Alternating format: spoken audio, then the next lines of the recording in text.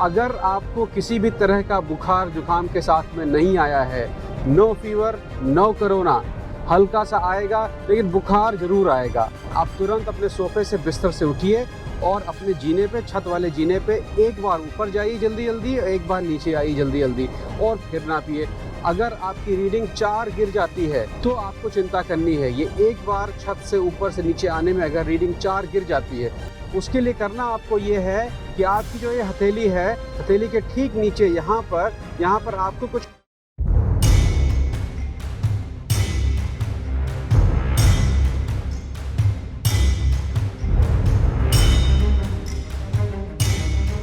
परसों ब्राज़ील की सरकार ने उन्होंने कर्जा मांगा था विश्व बैंक से। जैसे ही कर्जा सैंक्शन हुआ, दोबारा लॉकडाउन लगा दिया।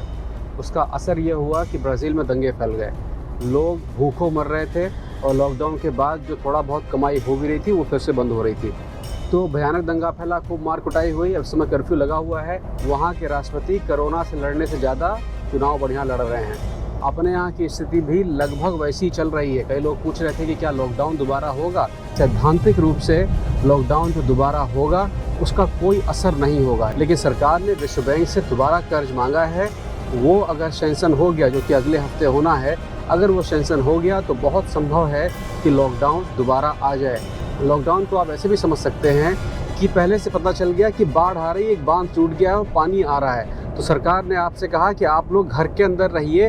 हम तैयारी कर रहे हैं कि पानी अंदर तक ना आए, लेकिन आप लोग घर के अंदर रहिएगा, क्योंकि बाहर घूमेंगे तो और तोड़फोड़ मचाएंगे। तो आपने उनकी बात मानी और आप घर के अंदर रहे। बहुतों ने नहीं भी मानी, कस के मुर्गा बनाए गए, तोड़ाई भी ठीक से हुई, लेकिन ज़्यादातर ने मानी। लेकिन अब तो पानी कमर तक आ गया है। जिन व्यवस्थाओं को बनाने के लिए समय लिया गया था आपको लॉकडाउन करके, उन व्यवस्थाओं को बेहतर नहीं किया गया। आज का जो सिस्टम है, अस्पतालों में बेड नहीं है, लाख लाख रुपया पर डे जिनके पास पैसा है वो देके प्राइवेट अस्पतालों में इलाज करा रहे हैं। मेरे एक मित्र हैं, सीएमओ हैं जिला अस्पताल के, उन्होंने मुझसे कहा कि सरकार ने अघोषित रूप से कहा भी है कि जब भी कोई मरीज आए तो आप 8 से 10 दिन की वेटिंग पे डाल दीजिए।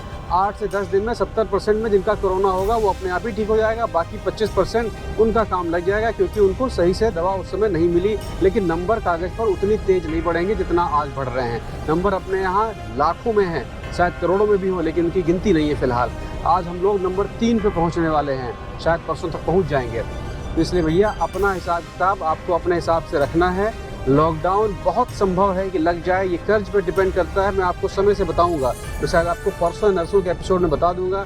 जो कर्ज अप्लाई किया है उस पर जो बहस होने वाली है उसका रिजल्ट क्या है, उसके आधार पर पता चल जाएगा कि लॉकडाउन दोबारा आएगा या नहीं आएगा। लेकिन लॉकडाउन का फ़ायदा कुछ नहीं होगा। और ये बीमारी है केवल 70 साल के लोगों तक ही नहीं रह गई है, नौजवानों को भी लग रही है। तो ये आज हम लोग बात करते हैं प्राथमिक चिकित्सा का दूसरा भाग। पहला तो आपने देख लिया था कि पहले 3 दिन में आपको क्या करना है और कैसे कैसे क्या हिसाब किताब है। अब आते हैं उसके अगले 3 दिन में। उससे पहले ये जान लें कि अगर आपको किसी भी तरह का बुखार जुकाम के साथ में नहीं आया है, नो फीवर, नो कोरोना, हल्का सा आएगा लेकिन बुखार जरूर आएगा। अगर बुखार नहीं आ रहा है तो आप बिल्कुल न डरें, किसी भी प्रकार का कोरोना नहीं है। कोरोना बिना बुखार के नहीं होता है। ये हो सकता है कि बहुत हल्का सा बुखार आए, आपको ज़्यादा पता भी न चले, लेकिन कोरोना बिना बुखार के नहीं आएगा। तो ये पहली चीज़ है कि आपको खांसी, जुकाम, बुखार और सीने में दर्द की समस्या होगी। इन तीनों में बुखार कॉमन है, बुखार ज़रूर होगा। बुखार के साथ जुकाम हो सकता है, बुखार के साथ सीने में दर्द हो सकता है, लेकिन बुखार ज़रूर होगा। दूसरी चीज़ ये है कि आपको अंदाज़ा हो गया कि भाई आप बीमार हैं, लेकिन आपकी कंडीशन कैसी है, आपको कब अस्पताल जाना है, कब आपको झंझट करना है कि भैया मुझे पहुंचना ही पहुंचना है। उसके लिए मैं उसी बात पे आऊँगा, ये मैं लिंक भी डाल दे रहा हूँ कि आपको एक ऑक्सीमीटर खरीदना होगा। 1500 से 1800, 2000, 2500 तक के अंदर ये ऑक्सीमीटर आ जाता है और पूरे परिवार को बचाएगा। आप अकेले नहीं ले पा रहे हैं, 2-4 मोहल्ले में लोगों के साथ में मिल के ले लीजिए। ये बहुत बहुत बहुत ज़रूरी है। थर्मामीटर कुछ भी नहीं है, वो तो किसी भी चीज़ का बुखार नाप देगा। ये बहुत ज़रूरी है। अगर आपको जुकाम के साथ में बुखार है तो 3 दिन के अंदर आप कहीं से ऑक्सीमीटर का अरेंज करिए। उसको कोविड मीटर भी अब कहा जाता है। उसको सीधे आपको उंगली में लगाना है और वो रीडिंग बताएगा कि आपके खून में कितनी ऑक्सीजन है। आपको उंगली में लगाना है, दिन में 3 बार चेक करना है। आपका खून की रीडिंग अगर 95 आ रही है ये होनी चाहिए 97 से 100 के बीच में। अगर आपकी रीडिंग 95 आ रही है, आपको खांसी, जुखाम और हल्का सा बुखार है, तो अब आपको थोड़ी बहुत चिंता करनी है।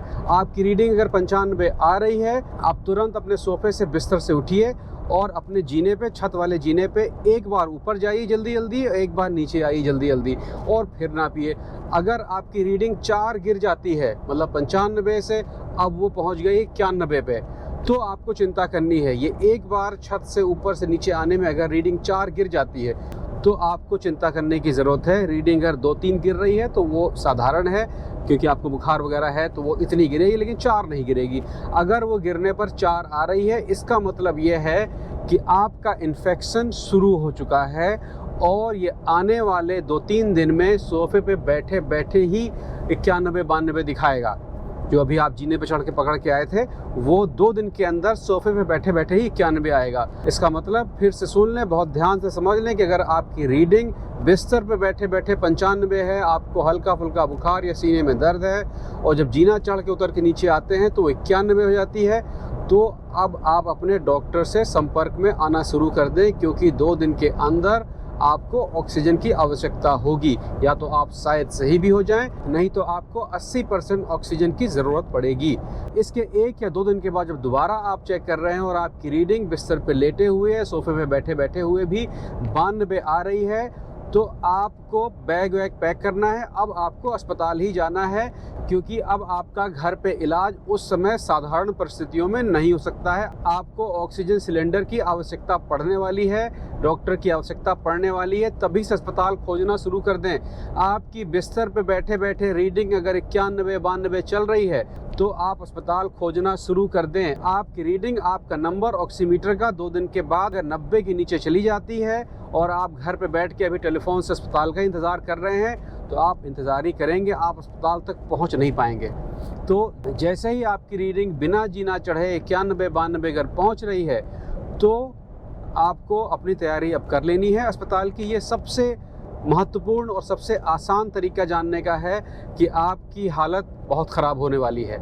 इसके अलावा एक और तरीका ये है, आपके पास अगर ऑक्सीमीटर वगैरह नहीं है तो वो होता है पल्स चेक करना। पल्स होता है यहाँ पर हथेली के ठीक नीचे, यहाँ 2 हल्की सी हड्डियाँ महसूस होंगी। अगर आप ऐसे हाथ लगाएंगे तो उसमें आप ये 2 उंगली या 3 उंगली आप अपने अंगूठे से खिसका के धीरे से वहाँ तक, बीच तक लेके आएँ। पल्स ज़्यादातर 60 से 100 के बीच में रहना पड़ेगी, लेकिन इसमें नंबर भूल जाइए, ज़्यादा गणित लगाने की ज़रूरत नहीं। मैं आपको बहुत आसान तरीका बता रहा हूँ। उसमें सबसे ज़रूरी जानने की चीज़ ये है कि आपकी दिल की धड़कन साधारण तौर पे चल रही है कि नहीं चल रही है। नंबर पे ज़्यादा मत जाइए, क्योंकि नंबर ऊपर नीचे बुखार के हिसाब से होता रहता है। उसके लिए करना आपको ये है कि आपकी जो ये हथेली है, हथेली के ठीक नीचे यहाँ पर आपको कुछ हड्डियाँ जैसा महसूस होगा, इन्हीं के बीच में वो पल्स होती है, जिसको आपको चेक करना है। कैसे चेक करना है? 2 उंगली या 3 उंगली लें और यहाँ ऊपर से शुरू करें और खिसका के उसको नीचे यहाँ तक लेके आएँ। ये 3 उंगलियाँ ऐसे घुमा के रखें, तो उसमें होगा ये, तीनों में से कोई न कोई एक आपके पल्स को टच कर रही होगी। ज़्यादातर जब आपको अनुभव हो जाएगा तो 2 उंगली से काम चल जाता है, लेकिन मैं आपको 3 इसलिए कह रहा हूँ कि जब आप घुमा के लेके आएंगे तो तीनों में कोई न कोई आपके पल्स को टच करेगी। तो वहाँ पे आप हल्का सा प्रेस करिए, आपको किन्हीं 2 उंगलियों पे असर आएगा। ज़्यादातर ये 2 उंगलियाँ खिसका के यहाँ पे लेके आ जाती, यही 2 उंगलियाँ पकड़ लेती हैं। मैंने 3 कहा, लेकिन आप 2 से भी कर सकते हैं। तो जब यहाँ पे आप करेंगे तो यहाँ पे एक आपको नस मिलेगी, धीरे धीरे उछलेगी, क्योंकि उसमें खून का जो झटका लगता है वो आपको महसूस होगा। वो जो आपका दिल है जो खून पंप कर करके आगे भेज रहा है, वो आप यहाँ पे महसूस कर सकेंगे। इसके नंबर जो होते हैं मैं उस पर नहीं जाऊँगा, क्योंकि वो आप भूल जाएंगे। उसमें सबसे ज़रूरी चीज़ ये है कि जो ये झटके हैं ये बिल्कुल घड़ी की सुई की तरह चलते हैं, मतलब टिक टिक टिक टिक, डबल नहीं होंगे या सिंगल नहीं होंगे, बिल्कुल उसी तरह से चलेंगे।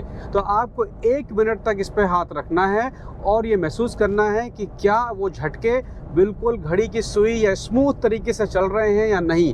अगर वो झटके झटकों से चल रहे हैं, दिक दिक दिक, या रुक गए अचानक या थोड़ी देर से आए, तो अगर वो रेगुलर नहीं है तो इसका मतलब ये है कि आपका दिल जो है वो खून को ठीक से पंप नहीं कर रहा है। ये वो झटके आपके दिल के चलने के हिसाब से आते हैं, और दिल के चलने की स्पीड आपके फेफड़ों द्वारा ली गई ऑक्सीजन पे भी निर्भर करती है। अगर आपके फेफड़े कम ऑक्सीजन बना रहे होंगे तो ये सारी मशीनें हैं, ये ऊपर नीचे काम करना शुरू करेंगी, डिस्टर्ब होना शुरू हो जाएंगी। दिल का डिस्टर्बेंस आप उंगली के सहारे चेक कर सकते हैं, बाकी डिस्टर्बेंस आप चेक नहीं कर पाते हैं। इसलिए बाकी जो किडनी विडनी तो आप नहीं जांच पाएंगे, लेकिन ये ज़रूर पता कर लेंगे कि आपका दिल जो है वो झटके पे चल रहा है या स्मूथ तरीके से चल रहा है। तो अगर आपको जुकाम बुखार के साथ में ये पल्स वाला झटका आ रहा है, इसका मतलब ये है कि आपका जो ऑक्सीजन लेवल है जो आपने मीटर से नापा था वो 92 से नीचे चल रहा है। ये तभी होगा जब आपको कोई दिल की बीमारी नहीं है। अगर दिल की बीमारी है तो आपको पहले से पता है सब चीज़ें, लेकिन अगर आपको कोई बीमारी नहीं है और आपको ये अचानक स्मूथ ये घड़ी जैसे झटके नहीं आ रहे हैं और खांसी जुकाम चल रहा है, इसका मतलब ये है कि आपका खून कम ऑक्सीजन पा रहा है जो फेफड़ों से उसको मिलनी है। तो ये एक अंदाज़ा होता है कि अगर आपकी ये पल्स सही नहीं चल रही है, आप डॉक्टर से संपर्क करिए, क्योंकि बहुत संभव है कि आपका लेवल, आपका खून के अंदर जो ऑक्सीजन है वो 90 के आसपास चल रही होगी, जो अलार्म वाला मामला है। तो इससे आपको ये पता चल जाएगा कि आपकी हालत इस समय कैसी है कोरोना संबंधित लड़ाई में। इसके बाद अब ये भी हो सकता है कि भैया आपने डॉक्टर को फ़ोन किया और डॉक्टर कह रहा है कि हमारे पास तो बेड नहीं है, अब 2 दिन इंतज़ार करना, 2 दिन के बाद ये खाली हो जाएगा और फलाना है ढिमाका है, जो तमाम कहानी अभी आनी है। तो उसके लिए भी आपको तैयारी करनी है कि ऑक्सीजन सिलेंडर वगैरह जो हैं हो सके तो अपने घर में अब इकट्ठे करने शुरू कर दें। मुंबई वगैरह में तो लोग कर रहे हैं। बड़ी बड़ी कॉलोनी ने क्या किया है कि एक कॉलोनी में 4-5 लोगों के हिसाब से बेड बना लिए हैं। तो मैं अगले एपिसोड में बताऊंगा कि अगर अचानक ज़रूरत पड़ जाए कि ऑक्सीजन आपको देनी है या आपका ऑक्सीजन का लेवल कितना डाउन हो रहा है और डॉक्टर आपसे कह रहे हैं कि भैया परसों से पहले जगह नहीं है, तो कैसे आप अपने मरीज को या अपने आप को खुद ऑक्सीजन दें, उसमें क्या क्या चीज़ें मिलानी होती हैं, कैसे पहनना होता है, वो सारी कहानी मैं अगले एपिसोड में बताऊंगा। तो अगला एपिसोड बहुत ज़रूरी होगा कि ऑक्सीजन घर पे खुद कैसे दें और किन किन मयारों को, किन किन नियमों का पालन करना होता है उसके लिए। आज का फिर यहीं तक का था और 15 तारीख से गिव अवे लॉक हो रहा है, तो संभवतः ये मैं आखिरी बार आज गिव अवे इस विषय में लगा रहा हूँ। तो आप लोगों ने अभी तक अगर गिव अवे में अपना नाम नहीं भेजा है और भेजना चाहते हैं तो आप भेज दें, और सब्सक्राइब नहीं किया है, करना चाहते हैं तो कर दें, क्योंकि ये जो प्राथमिक उपचार के जो 4 एपिसोड हैं ये जान बचाने वाले एपिसोड हैं, ये बहुत ज़रूरी हैं, ये जानकारियाँ आपको होनी चाहिए। फिर मिलेंगे अगले एपिसोड में कि ऑक्सीजन सिलेंडर कैसे लगाएं और उसके अलावा और क्या क्या करना है अस्पताल जाने से पहले, और किस समय आपको आफत करनी कि भैया अस्पताल के अंदर लो ही, क्योंकि अब हाथ से बाहर निकल रहा है मामला। न्यू हॉलैंड का गिव अवे, अगर आप किसान हैं तो भाई साहब जरूर सब्सक्राइब करिए, क्योंकि किसानों के लिए ही ये गिव अवे है।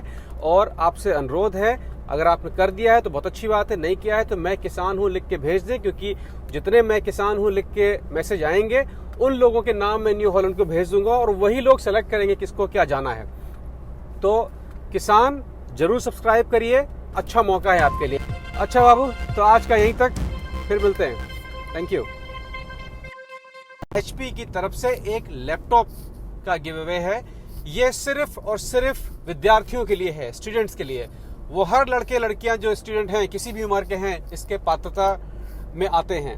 तो अगर आप स्टूडेंट हैं तो आप सब्सक्राइब करें और लिख के मैसेज डाल दें कि मैं स्टूडेंट हूं, मैं विद्यार्थी हूं। जिस तरह से मैं किसान हूं चल रहा है, उस तरह से जितने नाम मैं विद्यार्थी हूं, मैं स्टूडेंट हूं के नाम से आएंगे, वही मैं उठा के HP को भेज दूंगा और HP ही उसको सेलेक्ट करेगा। आपने अगर मैं किसान हूं करके भेज दिया है अपनी ID से, तो घर में किसी और की ID जो स्टूडेंट की हो, उस ID से नया सब्सक्राइब कर लें और उसमें लिंक भेज दें कि मैं स्टूडेंट हूं, तो वो नाम आपके HP में चले जाएंगे।